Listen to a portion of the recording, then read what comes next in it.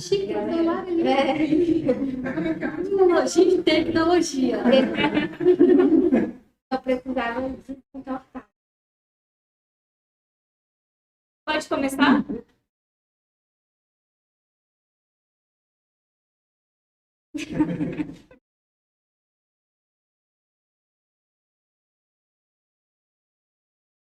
Oi, gente, desculpa o atraso.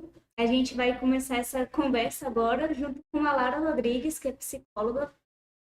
Ela é autista, TDAH, tem altas habilidades, e com a Tabata Cristine, que também é autista, TDAH e tem altas habilidades. Olá. Olá. E eu sou Cami Borges, eu sou psicóloga, autista e TDAH. Apenas.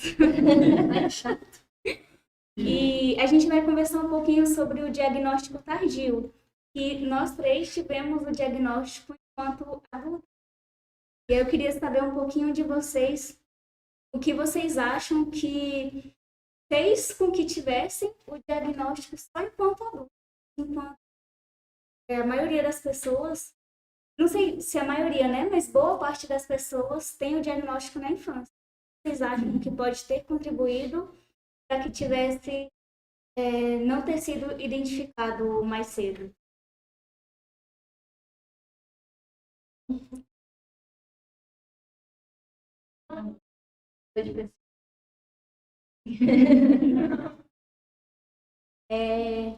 Então, eu acho que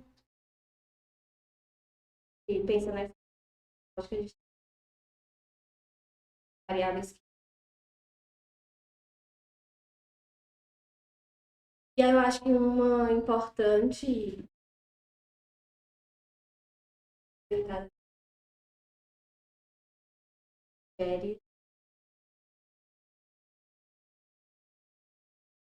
do diagnóstico, né?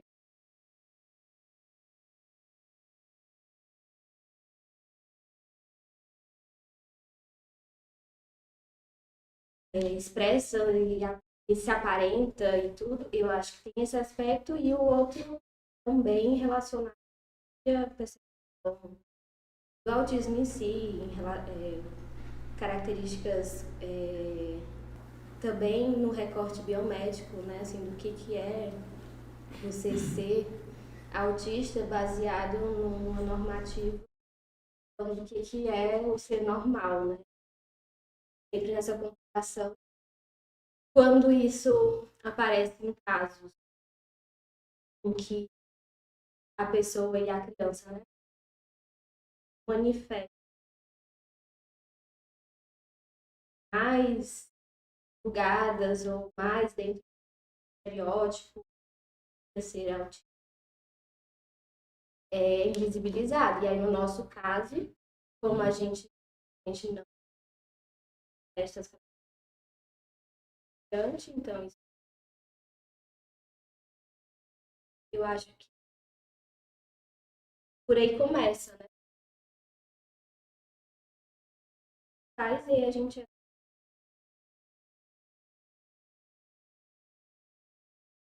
eu já ouvi de ter várias outras classificações adjetivos que a gente é chamada quanto já ganha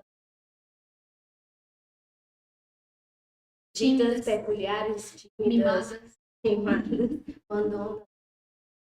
Eu acho também que nos anos 90 a gente falava de uma forma bem diferente do que a gente fala. Os médicos não tinham a mesma ser autista. No meu caso, não sei se no caso eu entraria no Asperger antigamente, então uma mulher Asperger era tipo um unicórnio, né? Não existia, era muito raro, então ninguém pensava nessa possibilidade. Pensaram na superdotação, pensaram no TDAH, mas o autismo nenhum médico passou. E ninguém nem percebeu a seletividade alimentar, né? Que para mim era extremamente nítida. E os médicos não sabiam o que era. Assim, era uma criança difícil que não come, então... Mimada. Mimada, é culpa da mãe, sempre culpa da mãe, né? Minha mãe ia no médico e sempre saía de lá culpada, né? Porque criança não come por sua culpa. Ela não fala porque ela não é estimulada, sua culpa. Porque você não trata de tal forma. Então, eu acho que, além da gente ter sido invisibilizada em muitos momentos, as mães também foram muito culpadas, né, na nossa trajetória. Pelo menos a minha mãe, que foi quem fez a grande diferença na minha vida, foi a que mais se sentiu pressionada a, a lidar comigo, porque todo mundo colocava nela a culpa de eu ser diferente, né? Os médicos não davam uma resposta e ainda queriam que a minha mãe se virasse sozinha e se sentisse cada vez mais culpada, né? Eu acho que faz parte do diagnóstico tardio também essa invisibilidade, mas também essa falta de tato tratar com as famílias, né? Porque institucionalmente falando, tinha-se um paradigma que apoiava a mãe geladeira, né? Então, isso não era só então, conheci até hoje essa noção de que a mãe geladeira, a mãe idosa, a mãe que trabalha muito fora, e aí não dá afeto em casa, não cuida, sempre nesse lugar. Então, imagina se a gente tem estruturas sociais formalizadas fazendo isso. Sim. Eu sempre recaio. Mãe não fez. E fala o pai, né? O que o pai não fez, então, né? Se eu sou autista por culpa da minha mãe, qual é a culpa do meu pai? Nenhuma, né? Porque os homens nunca levam culpa de nada. E a Lara falou uma expectativa de gênero, né? A diferença entre os meninos e as meninas é de se esperar que os meninos sejam mais agitados e chamem mais atenção. Não sei se foi o caso de vocês, mas no meu caso eu era uma pessoa mais quieta, mais na minha, então não chamava atenção, não incomodava ninguém, então estava tudo bem. Enquanto você não está atrapalhando, não está chamando a atenção de uma forma diferente, então tá ótimo assim.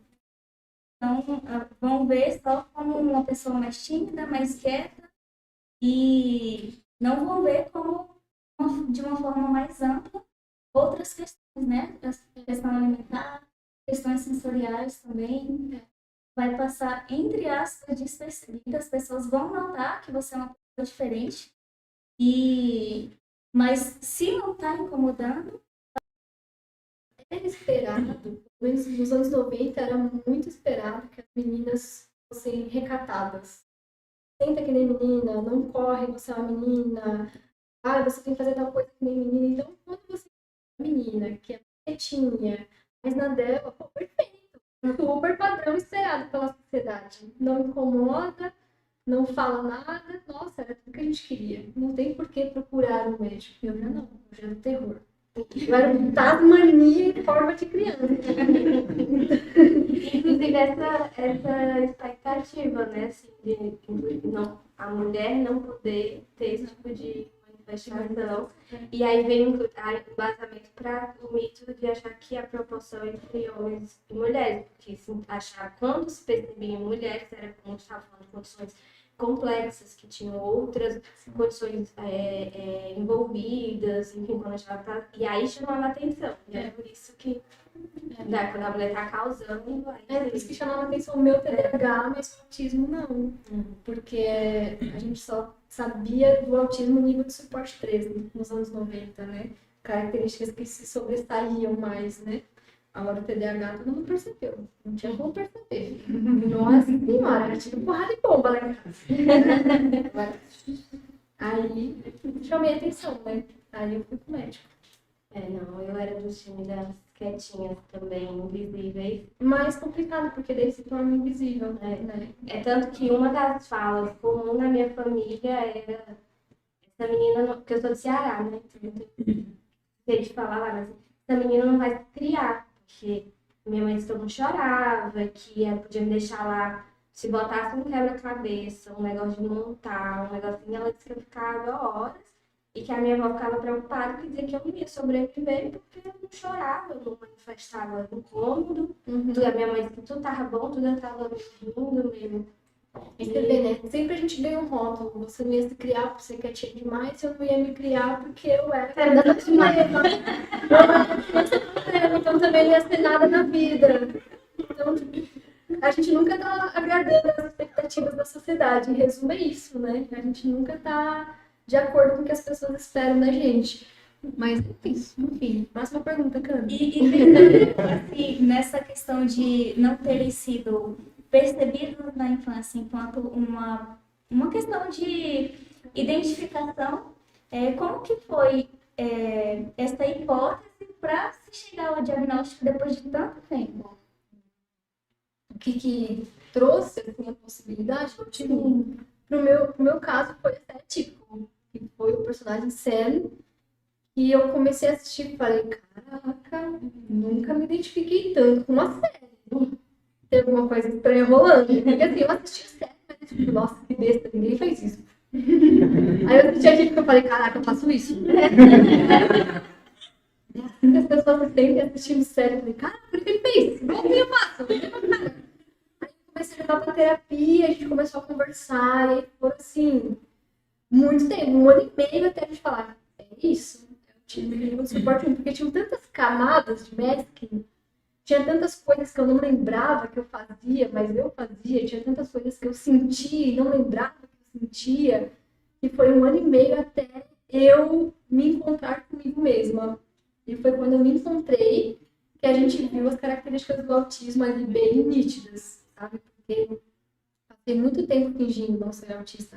Ainda que não soubesse que era autista, sabia que era diferente. Então, escolhi não ser, formar um personagem constante de uma pessoa típica. Então, foi isso, assim, todo esse meu histórico de seletividade alimentar, de não olhar nos olhos, de enfileirar coisas, estereotipias, assistir as coisas infinitamente, assim, ecolalia, né? Então, esses sinais foram aparecendo depois de 1 ano e meio de terapia. E você passou a notar a partir da série? Foi. Se identificar com o personagem? Foi, porque foi um negócio com o pinguim, eu falei, caraca, fazer isso com um dinossauro, hein?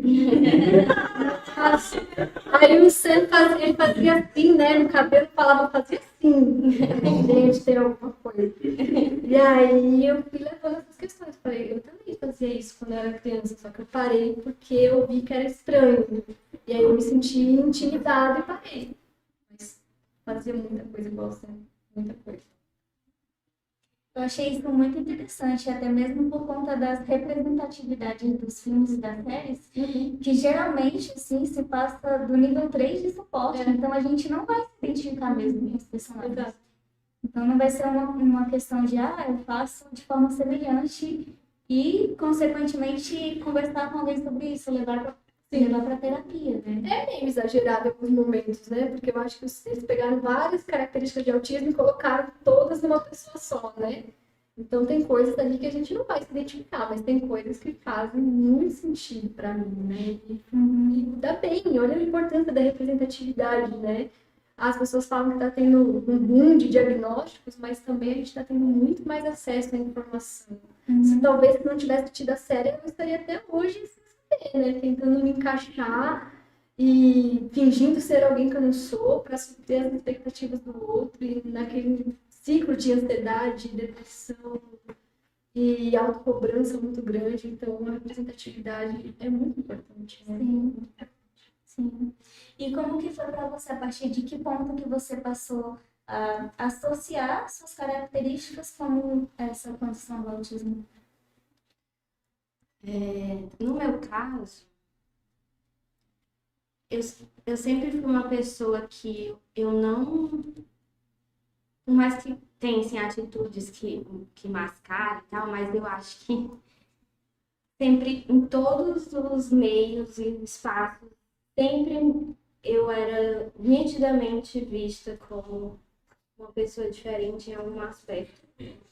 Então, nesse sentido, sempre chamou atenção. Então, sempre perceberam a minha alimentação, sempre perceberam as minhas manias, sempre perceberam. Mas era assim, a Lara é assim. Aí ela, tipo, percebiam, mas acho que não juntava e dizia Traço de personalidade, assim, as pessoas ou achavam o que era signo, né? subjetivo, Que a né? Cariana, que a Cariana é assim mesmo. Ah, eu também. O meu TDAH e o pisciano tava sempre junto, gente. Ai, meu Era- Deus do céu. a Karen é assim mesmo, é desapegada, não sei o quê, e às vezes era a minha forma de interagir relacionada, né, ao diagnóstico. E aí foi indo, então, isso assim, sempre rondou de, cara, eu sei que eu sou diferente, todo mundo sabe que eu sou diferente, mas o que que é?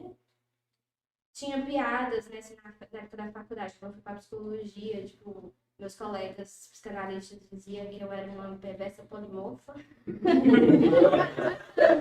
Eu achava que me chamava. Não, eu achava que me chamava de Catarina não era ruim, mas aí. Nossa. Então teve um momento da minha vida que eu levei pra terapia, tipo, eu preciso descobrir se eu sou perversa, porque todo mundo fala isso, tipo, que eu sou fria, porque eu não sei o quê, porque eu não percebo a necessidade dos outros e tal. Mas na faculdade, e aí eu acho que tem aquele aspecto da identificação que você no início nem tem consciência ainda, mas de alguma forma eu fui indo, por acaso, em estágio, coisa de autista. Daqui a pouco eu tava na casa da Esperança em Fortaleza. Daqui a pouco. Mas assim, por acaso, né? E adorava, assim, ficava encantada, assim. Aí eu olhava, tinha umas coisas que eu achava, por muito tempo eu achei que eu tinha toque. Por conta da necessidade de ter toda uma forma. Hoje em dia eu sou bem mais de boa, mas de ter tudo de um jeito, uma ordem e uma necessidade de ficar horas e horas ali em rituais, e às vezes eu passava mais horas me preparando para a coisa do que fazendo a coisa. E aí eu fui indo, tá? Quando eu formei no Ceará, que eu vim para Brasília para fazer a especialização no IBAC, em 2013, aí a especialização começava com a palavra educação, tipo, educação especial, não sei o que, pessoas autistas, blá, blá. E aí eu fui para educação, eu, quero ajudadora de educação, vou ver aqui. E aí fui, e aí cheguei nesse lugar. Quando chegou no semestre que era do estágio com criança, eu falei, acho que isso não é para mim. Não quero, não quero, não quero. E aí o professor na época falou assim, não, tenta só no semestre. Né? E aí eu fui. E aí quando eu comecei a atender as crianças, e eu tinha feito estágio na faculdade com adulto, com criança típica, e eu tinha detestado. Assim. Eu não sabia o que fazer, eu não tinha as habilidades ali para estar naquele momento ali da terapia. E aí, mais alto, todo mundo, tá? Meu povo, vocês estão falando com uma pessoa que tem dificuldade de impostar a voz, eu vou ficar assim, ó. Quer sentar no chão? Ai, não. Mas a pessoa não vê a gente, mas tudo bem. É uma escolha. né? Porque a gente tem tudo mais primeiro, né? A gente prefere ouvir do que Eu posso tirar esse pontinho? A gente fica bem aqui pertinho. E agora, tá ok? E aí, gente? E aí eu me perdi. Aí você tava com as crianças típicas que você não sabia lidar. E aí eu fui atender as crianças autistas e fluía a interação. Legal, gostava, e aí gostei, só que aí eu vi que eu não gostava de clínica. E fiquei com aquilo, matutando, né? Aí foi indo, e aí eu aprofundei muito nisso, porque aí eu comecei a atender, a dar aula, a supervisão, tudo no mundo. Aí até minha orientadora tá aqui, de mestrado e doutorado, aí. E aí cheguei lá na Aileen, a gente foi fazer pesquisa com crianças autistas também. E aí tava já na desconfiança, só que na época, apesar de eu já estar estudando sobre, ainda parece que não, mas tipo 10 anos atrás, essa discussão do diagnóstico em mulheres, adultas, não sei o quê. Então, sempre quando eu pensava e trazia assim, ou alguém falava, não, mas acho que não, Lara, mas tu não sei o quê. Aí tinha coisa, sabe, que ficava assim, não, aí foi, até eu começar a, tipo, tá muito dentro disso. Aí eu falei, não, gente, eu não tô doida, eu acho que é isso mesmo. Mas beleza, eu não tenho tempo para ver isso agora, mestrado, doutorado, loucura da vida, trabalhando. Não vou mexer com isso agora e beleza. Aí até que eu comecei a ver relato de outras pessoas adultas. Aí pronto, aí foi quando eu falei, não tem como que esse ser humano lá do outro lado do planeta tá falando um negócio que a vida inteira eu falava para as pessoas me olhavam com cara assim, hã? E a pessoa tá falando que sente do mesmo jeito, ou faz do mesmo jeito, ou mesmo que não seja a mesma coisa, que sei, sei lá, é uma coisa diferente que eu não faço, mas eu entendo por que ele tá fazendo aquilo ali. E aí começou, aí foi outra, aí eu falei, não é. Aí eu já tinha certeza, mas ainda não tinha como ir atrás, aí pandemia, estava na pandemia, doutorado, muito deprimida também. E aí já estava trazendo isso na minha terapia e tal, há um tempo, até que eu chamei a Aline, né? A Aline tinha sido minha aluna, e depois que ela formou isso aqui, eu falei, Aline, agora tu vai fazer minha avaliação, porque eu acho que, né? Aí ela foi, fez minha avaliação, aí a surpresa foi o combo, né? Altas habilidades ou não, desconfiar, nunca nem tinha pensado sobre isso. TDAH também não, porque na minha cabeça, como eu era quieta e eu era, tipo, agitada internamente, e como eu tava deprimida há muitos anos, então não tinha a manifestação de algumas coisas que hoje eu percebo claramente, assim, né? Então, aí foi isso, aí a surpresa foi muito mais, inclusive, também entender que até hoje tem esses momentos dessa sobreposição, como que é também o combinado dessas coisas que gera outra coisa, outra forma de sentir. E aí vendo pessoas que têm o combo também, aí eu falei assim, geralmente o pessoal que tem esse triozinho de diagnóstico, e aí geralmente também depressão, ansiedade, né? Então todos esses também eu tenho diagnosticado, faço tratamento até hoje. E aí foi assim que eu cheguei no meu diagnóstico. Eu já tava com 31, né? Então tinha passado um tempo já. A Aline Provença é uma pessoa maravilhosa. Podia estar aqui, mas né? Compartilhando de uma forma muito brevemente, foi mais ou menos parecido com você. Foi meio que por acaso. Eu, né, fiz faculdade de psicologia e aí fiz o estágio. E aí entrei no estágio para atuar com crianças autistas. Não foi de imediato que eu percebi ou que eu me identifiquei, mas de certa forma eu me relacionava melhor com essas crianças. Eu acho que eu tinha uma afinidade que fluía de uma maneira diferente, que eu me sentia mais confortável. E aí, nesse estágio que eu fui buscando sobre autismo para atuar com essas crianças, eu encontrei estudos e material sobre adultos autistas que tiveram diagnóstico na idade adulta. E aí, o primeiro vídeo que eu vi de uma pessoa falando sobre o diagnóstico tardio parecia que estava me descrevendo. E aí, sim, foi de imediato, eu falei, sou eu. Eu vou buscar por uma avaliação e buscar conhecer um pouco mais sobre isso, porque a vida inteira eu me sentia diferente e me buscava nos livros. Primeiro foi como timidez, como todo mundo me nomeava, como uma pessoa tímida. E aí, quando eu fui estudar sobre timidez e ler sobre isso, eu vi que não se encaixava comigo. Não era uma timidez, era uma coisa diferente que eu sentia na hora de interagir com outras pessoas. E aí depois, para subir da escala, era introvertido. E aí então introvertido faz sentido. Eu sou uma pessoa introvertida. Só que aí, quando eu fui ler um pouco mais e aí comparar com características de autismo, não me descrevia por completo. E aí ficava algumas lacunas, né? As questões sensoriais, os interesses diferentes e restritos, rigidez. E aí, sim, passando pela avaliação, que eu tive essa confirmação que eu sou uma pessoa autista também.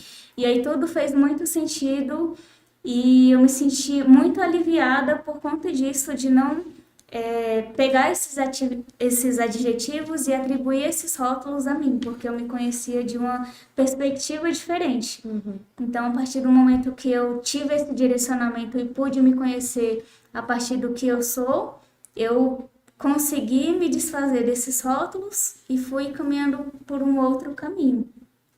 E aí você falou sobre questões de ansiedade, de depressão, e notando que isso mudou muito a minha qualidade de vida, como que foi para vocês em relação a isso, em relação a se perceberem como pessoas autistas, TDAH, com altas habilidades também, se conhecendo a partir de uma perspectiva diferente? Vocês acham que isso mudou a qualidade de vida de vocês? Posso só falar uma coisa?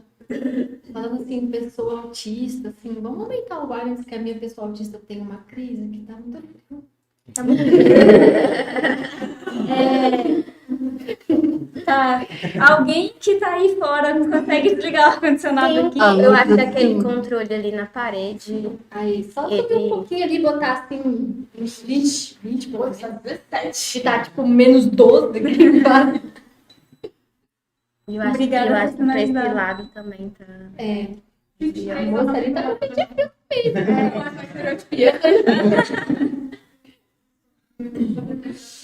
Tá ótimo, gente. Obrigada. Agora sim, podemos falar de qualidade de vida.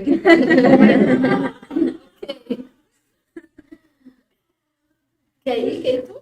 Eu nem me lembro mais da pergunta. Vocês melhorou a qualidade de vida, o diagnóstico? Nossa, exponencialmente. Porque eu acho tanto no aspecto de, sei lá, me ser mais carinhosa comigo, sabe? Assim, de tipo, tá, não precisa se chicotear tanto mais, que agora eu entendo, assim, não é você que não, por mais que tente, não consegue, você é incapaz de fazer uma coisa. Então, de me aceitar, me respeitar, entender meus limites, saber. Eu sempre tinha muita dificuldade, assim, porque como eu sempre fui meio. O pessoal chamava de meio camaleô, assim, porque eu ando até hoje em grupos muito distintos entre si sabe, tipo, meio que passeio, assim, por contextos muito diferentes e tal. Então, tem pessoas que me sinalizam que eu sou super extrovertida. Já tem pessoas que falam, nossa, não, a Lara é super introvertida. Não, a Lara, ela é super engraçada. Não, a Lara é muito séria. Então, eu falei, gente, vocês se decidam, porque é sempre... E hoje eu entendo, porque antes me deixava maluca, eu levava pra terapia, eu falei assim, eu não sei quem eu sou, porque parece que eu sou tudo e E não sou nada. eu não sou nada e sempre estou nos extremos.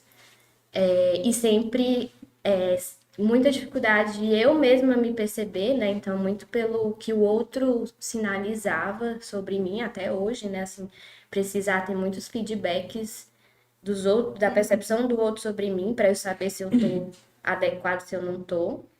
Então, eu acho que isso ajudou muito, assim, de eu entender. E saber sinalizar melhor também para as pessoas, né? Dizer, hoje em dia, eu não ligo mais, assim, de falar. Assim, a pessoa falar alguma coisa, eu falo, não entendi, isso é uma piada? Não é. E antes eu ficava assim, né? Tipo, meu Deus, o que tá acontecendo? Não sei o que. Aí as pessoas falam assim, não entendi. Aí eu pensei, como assim e tal? E eu ficava meio constrangida, tipo, meu Deus, o que eu fiz? Não entendi. Não entendi. Ou era piada entre as amigas e tal. Então, hoje em dia, eu mesma, isso também nem me machuca mais, sabe? Assim, tipo, então, de conseguir sinalizar para o outro, saber lidar melhor com a minha seletividade alimentar, de uma forma saudável, com as minhas crises.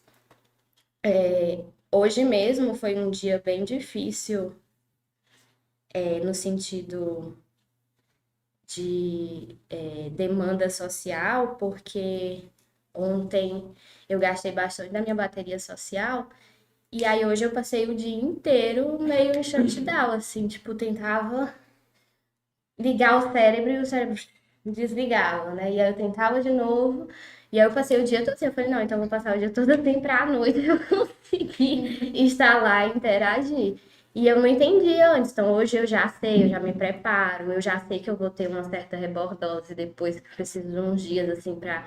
Então eu tenho muito esses movimentos de ter, por exemplo, intensa interação e aí sumir, né? Aí depois intensa interação, hiperfoco em pessoas, né? Aí eu quero ficar com a pessoa, falar com a pessoa todo dia, não sei o quê, aí daqui a pouco some.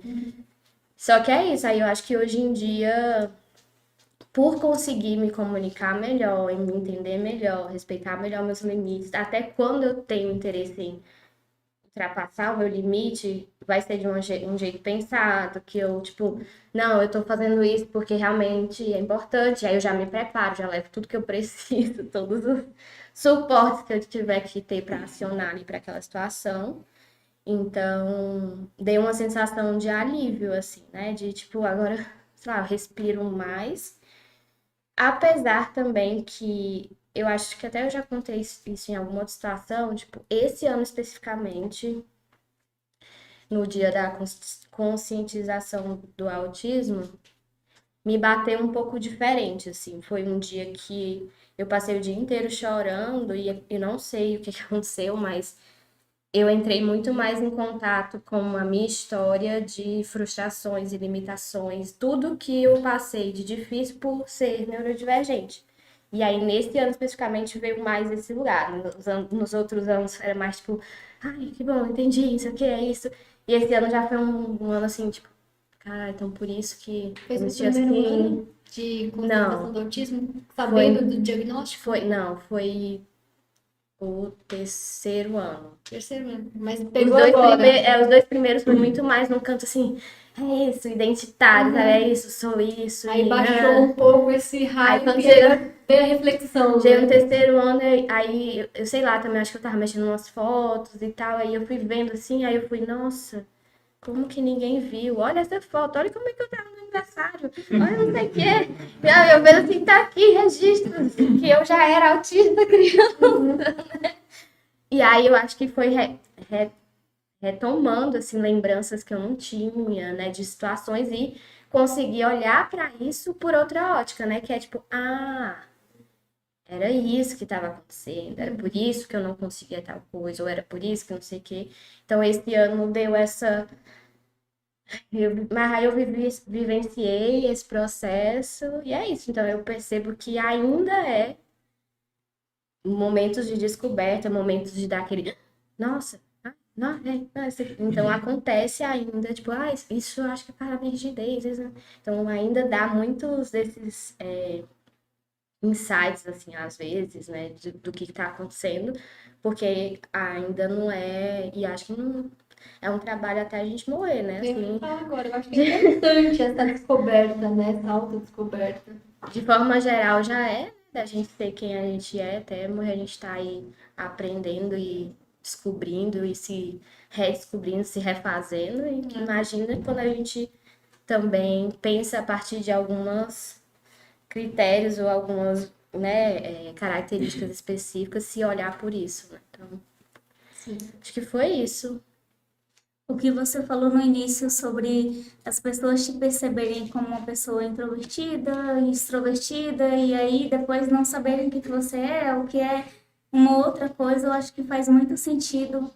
Também por conta da questão das altas habilidades, porque eu já escutei coisas assim, você é tão boa para isso e para isso que é mais simples você não consegue. Então, você é extrovertida com seus amigos, mas aqui nesse contexto você não fala um A. Então, realmente é uma questão de contexto, né? A gente vai, depender do contexto, agir de uma maneira e em outra agir de outra maneira, mas não significa que é uma farsa ou uma falsidade, é porque a gente pode estar mais confortável em uma situação e em outra nem tanto. Né? E aí tem toda essa questão de... E o assunto também, né? Porque dependendo, dá um tédio, assim, que, meu Deus, dá vontade de sair correndo, assim. E aí, eu gosto de ter essa habilidade, que eu acho que me ajudou a fugir bastante, que é, um dado momento que meus ouvidos só faz, desliga. Aí tá lá, todo mundo, eu, só o povo presente. tô no meu lugar feliz aqui, que é a minha mente. E a pessoa tá, Às vezes tá a minha cabeça assim, já toda trabalhando, né? Tipo, montando alguma coisa. E o pessoal tá lá e fala assim, Lara, Lara. Então, quem me conhece bem percebe quando eu, tipo, não gosto de alguém ou não sei o quê, porque sabe os mecanismos que eu uso pra lidar ali com aquela situação, né? Sair daquela situação. Sim. E como que foi para você essa questão de qualidade de vida? Se mudou, se você sentiu alguma diferença? Eu tava pensando comigo, porque foi a mesma coisa que a Lara, sabe? Foi um momento de me acolher, um momento de entender como que meu corpo funciona, minha mente funciona, e aprender a lidar com essas coisas todas ao mesmo tempo, né? Assim, não se punir, não se cobrar tanto, e ao mesmo tempo saber como lidar com as crises. Hoje eu tenho uma qualidade de vida muito melhor, porque, como a Lara falou, eu aprendi a lidar comigo mesma. Eu sei quando eu vou ter uma crise. Quarta-feira eu estava numa crise por conta da viagem para Brasília. Quinta-feira essa crise intensificou, porque eu tive um monte de reuniões, a Cami me acompanhou.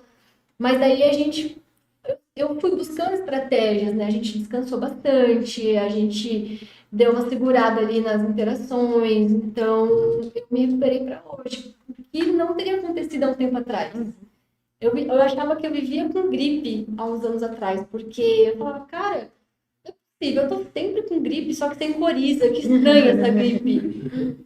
Aí depois eu entendi que não era gripe, era crise, era shutdown, muito provavelmente. Dava uma dor no corpo, uma indisposição, vontade de ficar na cama o dia todo. Dor nas articulações. Dor nas articulações, meu Deus do céu. E hoje, quando eu começo a sentir os sinais, assim, de que essa crise está vindo, eu sei o que fazer.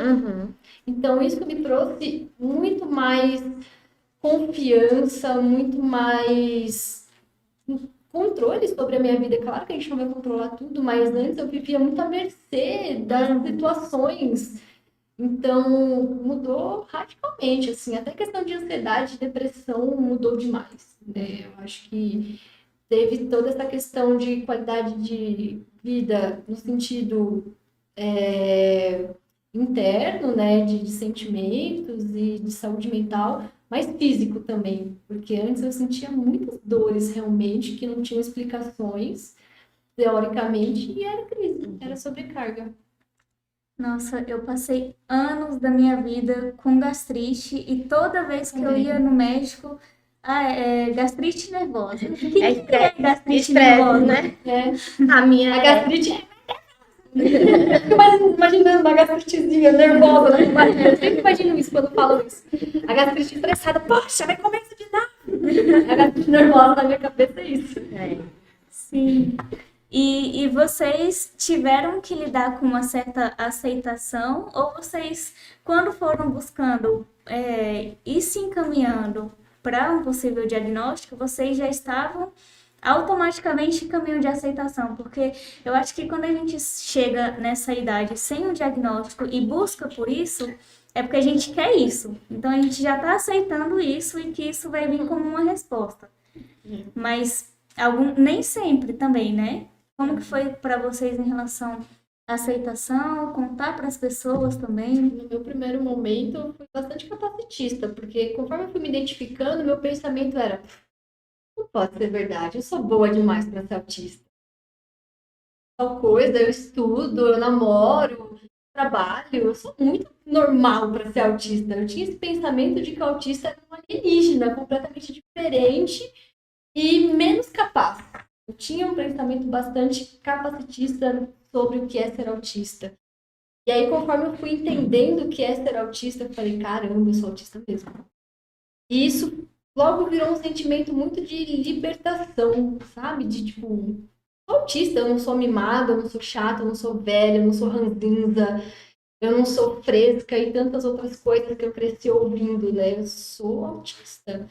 Isso me trouxe um pertencimento assim muito grande. Parece que eu voltei para mim mesma. Depois de tantos anos de mestre, parece que finalmente eu me olhei no espelho e me reconheci. Então logo teve essa aceitação, porque quando eu entendi o que era ser autista, eu não tinha o que não aceitar, sabe? Sou eu. Essa é a minha realidade e eu abracei. Tal. Foi só aquele momento mesmo por ignorância, né? E pra família foi também. Tipo, minha mãe ficou meio assim, mas conforme ela entendeu o que era o autismo, né? Conforme ela foi conhecendo a galera da internet, foi estudando sobre, faz sentido pra eles também, né?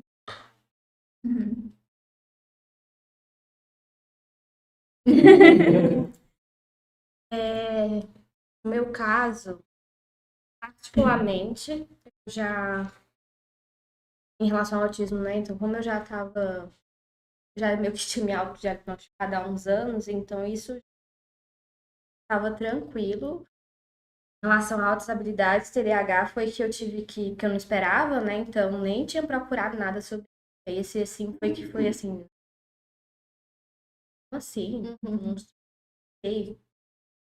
E aí, ainda, né, os dois, até por conta de, na vida profissional, ter menos, né? Então, ter menos conhecimento e ainda entender mais a mim. Externamente, de forma geral, assim, porque assim, eu sinto que como eu sou do Ceará, então tem a questão da minha família e de quem eu era quando eu morava lá. E a galera daqui já me conheceu depois. Então, assim, o meu grupo que era mais atual, assim, de conviver, talvez até por conviver e já talvez eu relatar alguma coisa, então já, tipo, incrivelmente acolheu bem até pra. Assim, na verdade, teve um momento em que o pessoal ficava nessa, né? Não, você é normal demais pra ser autista, mas também você é anormal demais pra não ser e ficar nessa.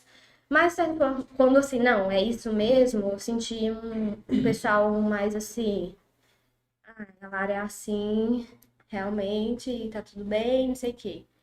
Com a minha família, eu contei para minhas irmãs e com a minha mãe, eu fui com calma, assim, né? Eu não tinha ideia de como que ela ia reagir. Eu só lembrava do que ela falava sobre isso quando eu era criança, entendeu? Então, tipo, nunca tinha conversado exatamente sobre isso. E aí como eu já trabalhava com isso, então eu divulgava muita coisa sobre e tal. E aí, como começou a aparecer mais divulgações sobre autistas mulheres na infância, adulto e tal, e a minha mãe. E aí eu nunca diretamente mandei nada pra ela, mas ela descobri que ela lia tudo que eu postava. E aí, um belo dia, ela me mandou uma mensagem assim: minha filha, eu acho que tu é meio autista. Aí eu comecei a mãe, eu acho que eu sou meio inteira autista. Aí pronto, aí foi isso.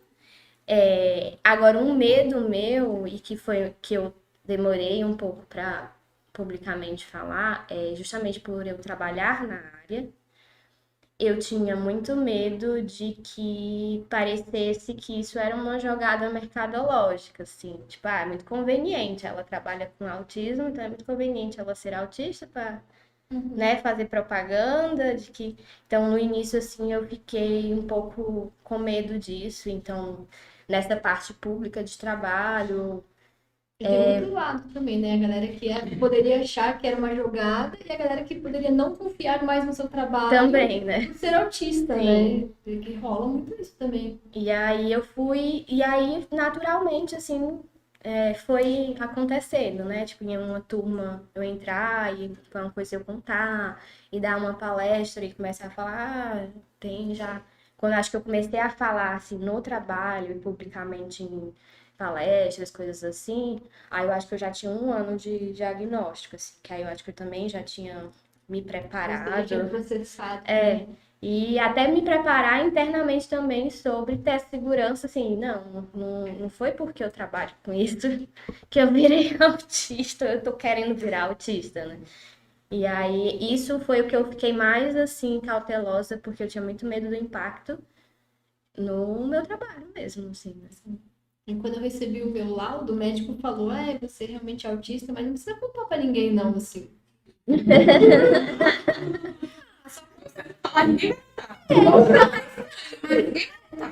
deixa abaixo.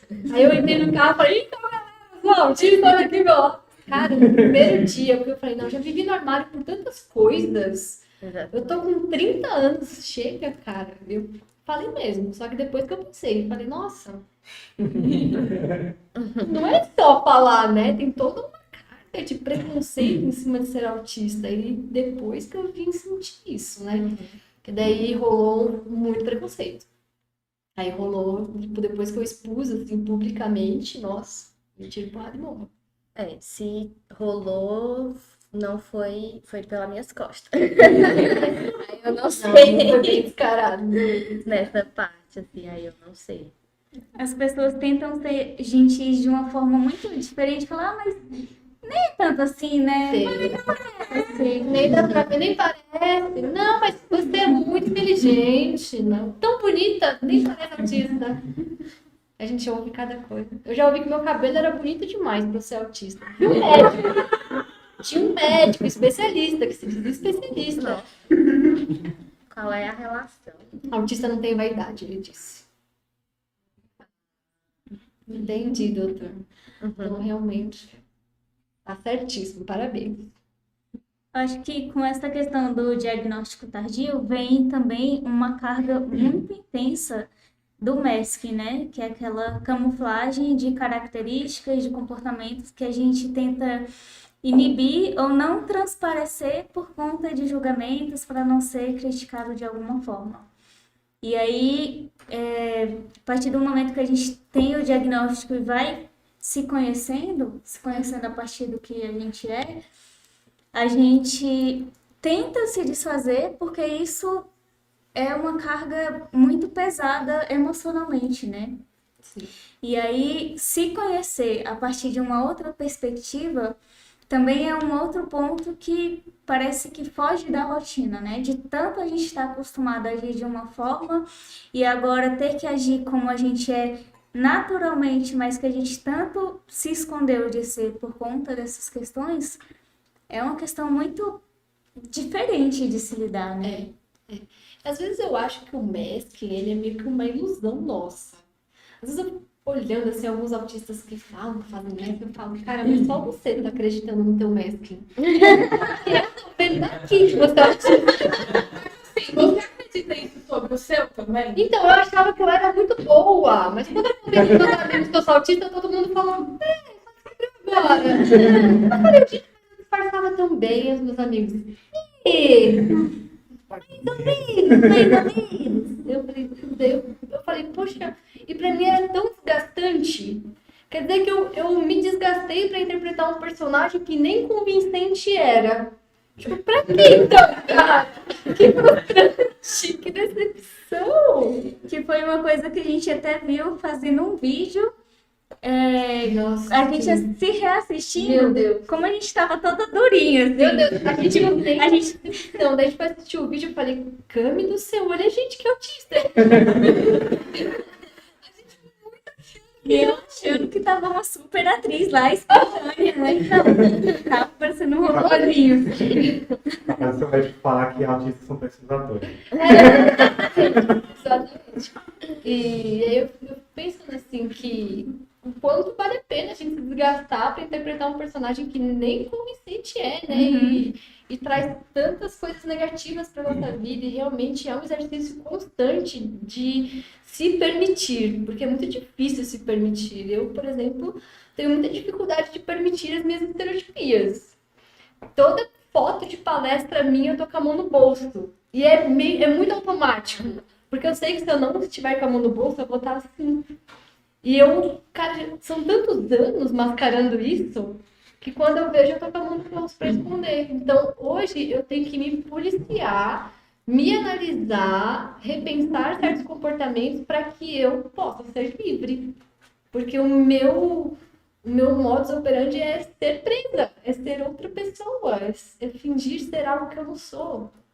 A galera sempre pergunta isso no Instagram, né? Como que eu faço para parar de fazer masking, né? A gente fez até um vídeo sobre isso. Porque é muito difícil realmente você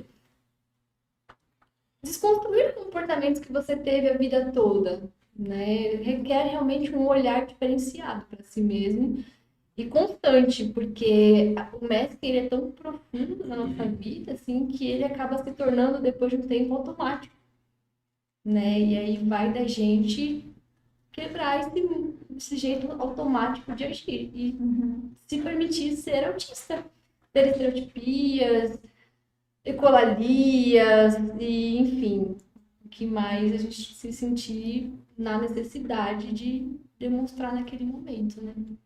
Eu acho que a gente precisa conversar muito mais sobre essa questão de diagnóstico tardio, porque foi a partir disso, pela vivência de outras pessoas, que eu fui me conhecendo mais também, me identificando e pude buscar por qualidade de vida a partir da experiência e do compartilhamento de vida das outras pessoas, né?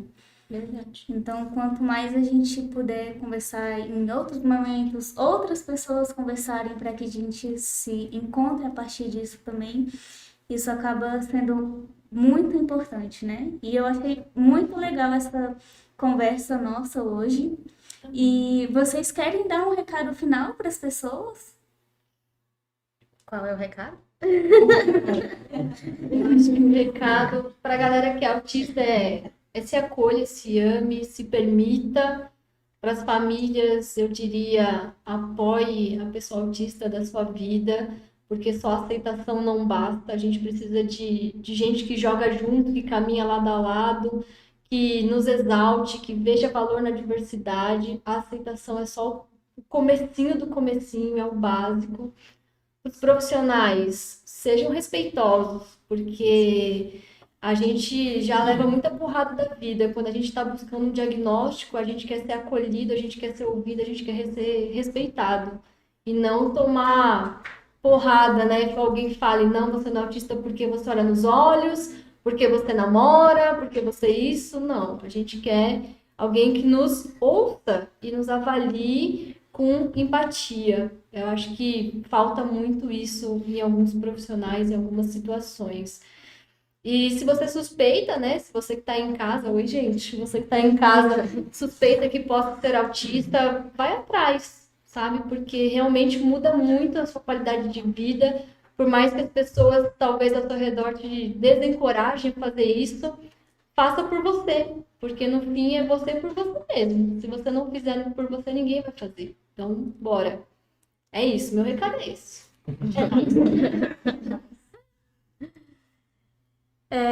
Eu acho que eu tenho para falar assim no final é que, apesar da gente estar falando especificamente do autismo, mas para mim isso é um ponto que mostra toda uma movimentação necessária que a gente precisa fazer em respeito às diversidades, né? Seja as neurodiversidades, as diversidades. Então, mudança de paradigma realmente em nos tornar uma sociedade que aí é o ponto, né? Assim, que estruturalmente começa-se a fazer a diferença para quem historicamente sempre foi marginalizado, né? Então, para mim, esse é o ponto, assim, o recado de a gente entender que é maior do que tudo isso, né? E a gente precisa exercitar isso na nossa vida em relação ao respeito às diversidades. E ter muito cuidado com toda a questão mercadológica e pseudocientífica envolvida, né? Que eu acho que eu que lido diretamente com muitas famílias, profissionais que estão nessa luta, né, para saber o que que eu faço, o que que eu não faço, e mil promessas e dinheiros e tal.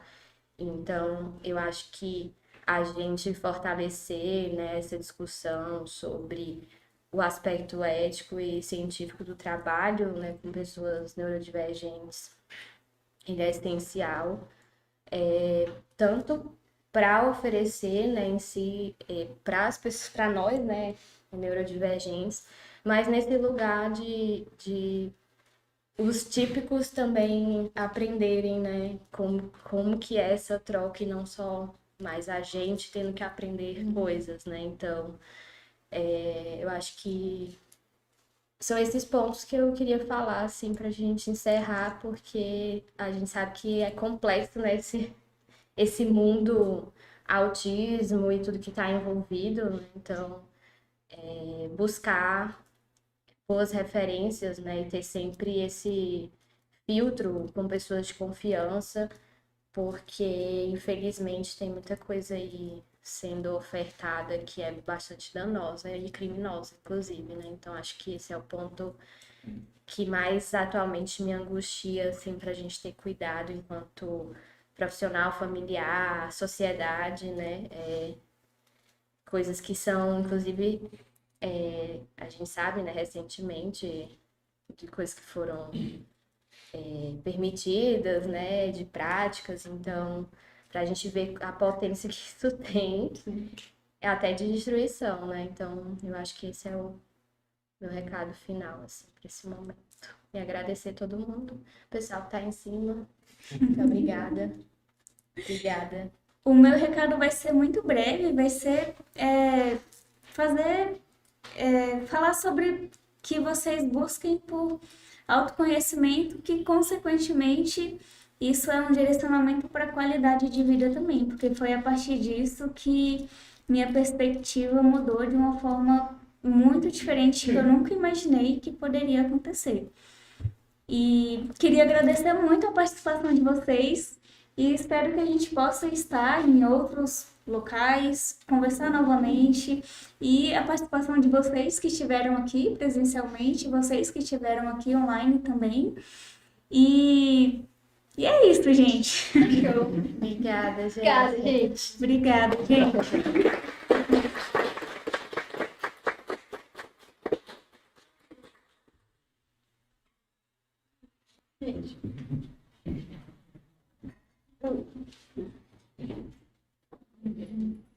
Alguém quer comentar alguma coisa? Fazer alguma pergunta? Já abriu uma pergunta mesmo. Já